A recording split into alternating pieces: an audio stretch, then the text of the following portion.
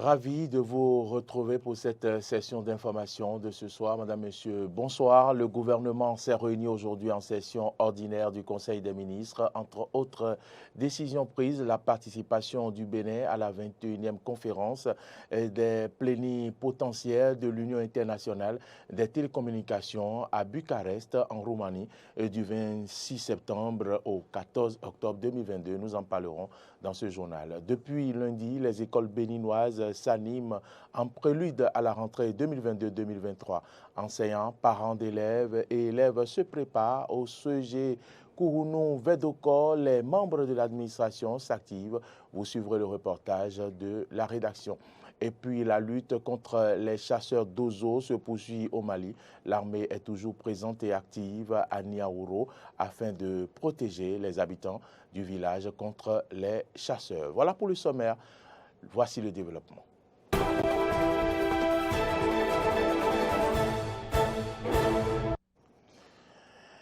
Merci à toutes et à tous pour votre fidélité et bienvenue dans ce journal. Le gouvernement s'est réuni aujourd'hui en session ordinaire du Conseil des ministres. La séance a été présidée par le président de la République, Patrice Talon, au titre des mesures normatives, réglementation de l'embauche et de la gestion de la main-d'œuvre docker dans les ports et les plateformes logistiques portuaires en République du Bénin. Conditions de déroulement de la campagne de commercialisation 2022-2023 des amendes de carité. La dite campagne s'ouvre le 15 septembre 2022 à Bembereke pour s'achever le 31 mai 2023. Le prix plancher d'achat aux producteurs est fixé à 110 francs CFA par kilogramme pour tenir compte des propositions des acteurs de la filière et de la dynamique observée aussi bien au plan régional qu'international. Recrutement de 100 gardes forestiers au profit de la Direction générale des eaux, forêts et chasse au titre de l'année 2022. Acquisition de 188 ambulances au profit du service d'assistance médicale d'urgence SAMU Bénin et des formations sanitaires. Réalisation en urgence de la première phase des travaux d'alimentation en énergie électrique de la route des pêches. Restitution de la base de compétences des aspirants au métier d'enseignant au primaire et au secondaire général. Acquisition d'équipements agricoles dans le cadre de la mise en œuvre du plan triennal 2022-2024 de la Société nationale de mécanisation agricole SONAMA. Le Conseil des ministres a autorisé la participation du Bénin à la 21e conférence des plénipotentiaires de l'Union internationale des télécommunications à Bucarest, en Roumanie, du 26 septembre au 14 octobre 2022. Au titre des mesures individuelles, des nominations ont été prononcées au ministère du cadre de vie et du développement durable et au ministère des Affaires sociales et de la microfinance. Nous y reviendrons donc dans nos prochaines éditions avec le porte-parole de la présidence de la République, Wilfrid Léandre Ombéji. Autre bref dans ce journal, 2 personnes ont trouvé la mort dans une attaque djihadiste à Gungun, village situé à Malanville ce matin. Les assaillants, après l'attaque, ont mis le feu au matériel des agents de douane sur lesquels ils ont mis la main. Le poste situé à l'entrée de Guéné serait une installation précaire à l'abri d'arbres sous lesquels les agents de douane ont l'habitude de se positionner. Située à la frontière avec le Niger, Malanville est une ville du nord du Bénin où la menace d'attaque terroriste est prépondérante. Depuis décembre 2021, le Bénin a enregistré bien sûr de plusieurs attaques terroristes dans les villes du nord, des attaques qui ont coûté la vie à plusieurs agents des forces de défense et de sécurité béninoises. Parlons maintenant de l'après-rentrée. J'en parlais en titre. La rentrée scolaire 2022-2023 est prévue pour démarrer lundi prochain. Avant cette date, les préparatifs vont bon train chez les parents, apprenants ainsi que dans certains établissements. C'est le cas au collège d'enseignement général Kourounou Vedoko de Cotonou. Suivez ici le constat fait par Stanislas Samoa. À quelques jours de la rentrée des classes prévue pour le lundi 19 septembre, tout se met en place. Au collège d'enseignement général Kourounou Vedoko, le corps administratif prend les dernières dispositions à cet effet. L'établissement de l'emploi du temps par classe est l'une des activités majeures. Suivant les instructions données par notre ministre de tutelle, répercutées par la directrice départementale, nous avons pris toutes les dispositions. Nous sommes prêts. Les emplois du temps, comme vous pouvez le constater, sont là. En matière, chaque enseignant connaît déjà son emploi du temps. Et les listes des classes sont déjà apprêtées. Les emplois du temps par classe sont déjà prêts. Dès demain, on va les afficher. Au niveau de la préparation du censorat, tout est prêt. D'ailleurs, le conseil de rentrée est fixé au vendredi prochain. Donc, on fait le conseil le vendredi. Cela suppose que dès lundi, nous commençons effectivement et rigoureusement les cours dans notre établissement. Donc, nous sommes prêts pour la rentrée. Et nous n'attendons que lundi. L'administration joue sa partition. Les parents d'élèves de leur côté aussi s'affairent. Le secrétariat les accueille. Entre séances d'explication et études des dossiers de transfert, tout y passe. Là, nous avons au moins 2 catégories de parents. Nous avons ceux qui viennent inscrire leurs enfants nouvellement admis au CEP qui sont inscrits dans l'établissement. Ils sont en train de faire les formalités pour que dès lundi, leurs enfants puissent commencer la rentrée. En dehors de ceux-là, nous avons également des parents venus pour soit transférer leurs enfants du collège vers un autre collège en raison soit de déménagement ou d'affectation des parents, ou des parents aussi qui sont venus inscrire leurs enfants dans notre collège. Donc, ce sont ces parents-là qui sont là pour les formalités afin que dès lundi, leurs enfants puissent démarrer effectivement la rentrée comme les anciens élèves de l'établissement. C'est une occasion pour rappeler aux apprenants leur rôle dans la réussite effective de l'année scolaire qui s'annonce. Quelques conseils leur sont prodigués ici. Tout le monde crie que les temps sont durs. Et quand les temps sont durs, que les parents ont fait beaucoup d'efforts pour avoir les fournitures scolaires, la tenue, la scolarité, il faut que les apprenants en prennent conscience et travaillent afin que l'argent difficilement obtenu par les parents pour préparer la rentrée ne soit pas jeté. Les enseignants à l'école vont faire ce qu'il faut, mais si à la maison les parents n'accompagnent pas les efforts financiers qu'ils ont fournis, partiront en fumée tout simplement. Les parents d'élèves ont jusqu'à vendredi pour se mettre au pas en vue de mieux préparer le démarrage effectif des cours pour leurs enfants. C'est donc un reportage de Stanislas Amoa. Le 4 septembre dernier, le monde entier commémorait la journée de la santé sexuelle, un sujet d'une grande importance, mais qui reste tabou sous nos cieux. À cet effet, nous avons interrogé Kitayat Tokochabi, spécialiste en plaidoyer pour les droits en santé sexuelle et reproductive des adolescents et jeunes. Elle nous entretient sur le rôle des parents en matière d'éducation sexuelle de leurs enfants. On l'écoute au micro de Marduché Olafewa. Déjà, entre 2 et 3 ans, l'enfant commence par réfléchir à qu'est-ce qu'il a comme organes génitaux. Cela lui permet de se poser des questions, de savoir pourquoi son camarade a un pénis à la place d'un vagin, alors que peut-être elle ou il a un vagin ou un pénis, ainsi de suite. On commence déjà par remarquer la différence qu'il y a entre l'autre et soi. À l'âge de 12 ans déjà, à la phase de la puberté, la fille se voit pousser des petits seins, pendant que le garçon voit peut-être que chaque matin à son réveil, il a peut-être une éjaculation. Le pénis se gonfle légèrement, il sent qu'il y a quelque chose de différent qui se produit dans son organisme. Déjà, il faut comprendre que l'éducation sexuelle, ça commence à ce très bas âge-là.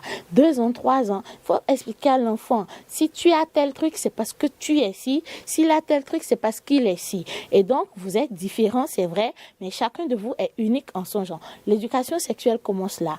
Et il faut savoir que quand on ne donne pas l'éducation sexuelle, même quand on ne donne pas l'éducation sexuelle, l'enfant est éduqué à la sexualité. Maintenant, est-ce que vous voulez que votre enfant à vous ait une bonne éducation sexuelle ou est-ce que vous voulez qu'il reçoive des informations de sexualité qui pourraient être fausses et qui pourraient le conduire à avoir une mauvaise santé de reproduction. Pour le bien-être des enfants, les parents doivent s'investir à leur donner une bonne éducation sexuelle. Et cela passe par le dialogue parents-enfants. Un dialogue qui doit véritablement être encouragé dans les communautés, dans les couples, dans les foyers, ainsi de suite. À en croire Kifayat Toko Tchabi, les parents doivent commencer par inculquer une bonne éducation sexuelle dès le bas âge aux enfants. Lorsque ces derniers fuient cette responsabilité, c'est la rue qui s'en charge et bonjour les dégâts. Alors déjà, il faut savoir que le rôle des parents en matière d'éducation sexuelle des enfants est primordial et je dirais même prépondérant parce que l'éducation à la base commence dans le foyer. Ça commence à la maison. Pourquoi? Parce que l'enfant, avant d'aller à l'école, passe d'abord à la maison. Il vient au monde, il se retrouve dans un cadre familial et donc toutes les premières informations qu'il reçoit en termes d'éducation, c'est à la maison qu'il le retrouve. Et lorsque l'éducation sexuelle est ratée à la maison, le seul moyen qu'on a de le rattraper, c'est l'école. Donc juste après les parents, on a l'école, mais entre-temps, entre l'école et la maison, n'oublions pas qu'il y a la rue qui est là. Et donc c'est donc que les parents veulent éviter justement que leur enfant soit confronté à une mauvaise éducation sexuelle à l'école ou dans la rue, il faut qu'ils commencent par donner les bases de l'éducation sexuelle à leurs enfants à la maison, afin que véritablement l'enfant ait le maximum d'informations dont il a besoin en fonction de son âge à la base, dans un endroit où il est sûr d'avoir des personnes aimantes, c'est-à-dire ses parents, de se retrouver avec des personnes qui peuvent le comprendre et l'accepter. Le rôle des parents est de pouvoir répondre justement aux questions des enfants. Le parent se doit en quelque sorte, même si tant est que la question de l'enfant est le choc ou est brusque pour lui, trouver le moyen ou la stratégie de lui donner une réponse plutôt vraie, le plus vrai possible, afin de lui permettre de se sentir quand même encouragé à poser davantage de questions et à avoir accès à la bonne information déjà lorsqu'il se retrouve à la maison, au lieu d'aller chercher l'information dehors. Le papa comme la maman peuvent éduquer l'enfant à la santé sexuelle et reproductive. Et ce qui est bien même, c'est que l'éducation à la santé sexuelle vienne des deux parents. Comme ça, l'enfant a l'information des deux et est sûr qu'il a une information vraie et peut ainsi en quelque sorte se sentir ragaillardi même devant ses camarades de parler de ce qu'il a appris à la maison. Donc maman peut donner l'éducation sexuelle à l'enfant, papa aussi peut le faire à la maison. Mais au-delà de cela, il faut dire que l'entourage aussi constitue un cadre qui peut aussi permettre à l'enfant d'avoir des informations. Donc les oncles, les tantes, tout cela contribue à l'éducation des enfants et donc ils doivent également contribuer à son éducation sexuelle, à sa bonne éducation sexuelle. Voilà qui est dit à quelques jours de la rentrée scolaire.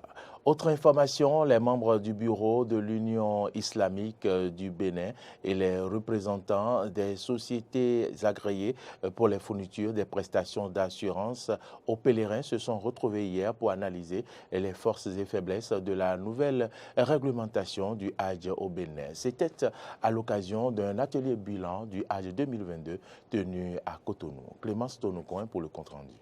Cet exercice intervient 4 mois après le retour de la Terre Sainte des 2083 pèlerins au Hajj 2022. L'organisation de cette édition du Hajj a permis de mettre à l'épreuve les réformes engagées par le gouvernement dans le secteur du convoyage des pèlerins. Une expérience bien appréciée des pèlerins. Cette année, avant mon départ, nous avons appris beaucoup de choses.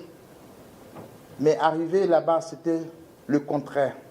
Les gens qui ont été avant nous, quand on te raconte des trucs, c'est comme si tu pars à la Mecque une fois, c'est que la prochaine fois, tu n'auras plus envie de partir. Mais c'est tout à fait le contraire. Des hôtels qui étaient à peine à 5 minutes des lieux de prière. Or, auparavant, on nous disait que c'est des kilomètres que tu allais faire avant d'aller à la mosquée. Arrivé à la Mecque aussi, c'était la même chose. Donc nous avons vraiment vu que le gouvernement a fourni vraiment des efforts. Dans son mot de bienvenue, le commissaire au Hajj 2022, l'imam Ayoub Bakari, a levé un coin de voile sur les attentes de ces assises. À travers l'organisation de cet atelier, La communauté musulmane du Bénin vise à renforcer l'état de droit et des structures pour soutenir la bonne organisation du pèlerinage à la Mecque. Nous conviendrons tous ensemble d'analyser les forces et faiblesses de la nouvelle réglementation du Hajj, nous atteler à passer en revue la contribution de chaque partie prenante et les résultats obtenus, mais et surtout partager les constats d'ordre généraux au regard des résultats obtenus. L'autre attente à laquelle nous nous convions reste l'analyse approfondie des prestations des sociétés agréées, en dépit des défis et enjeux liés à la bonne organisation du Hajj en République du Bénin. Au cours de cet atelier bilan qui tient lieu de reddition de comptes à la communauté musulmane du Bénin, le Hajj 2022, qui a été un Hajj test en raison des enjeux qu'il présentait, va être passé en revue. Il s'agira de passer en revue la contribution de chaque partie prenante aux résultats obtenus, de partager les constats généraux et les leçons apprises des différents résultats, d'analyser les forces et faiblesses de la nouvelle réglementation du Hajj en vigueur, d'analyser les prestations des services des sociétés agréées et d'aborder les perspectives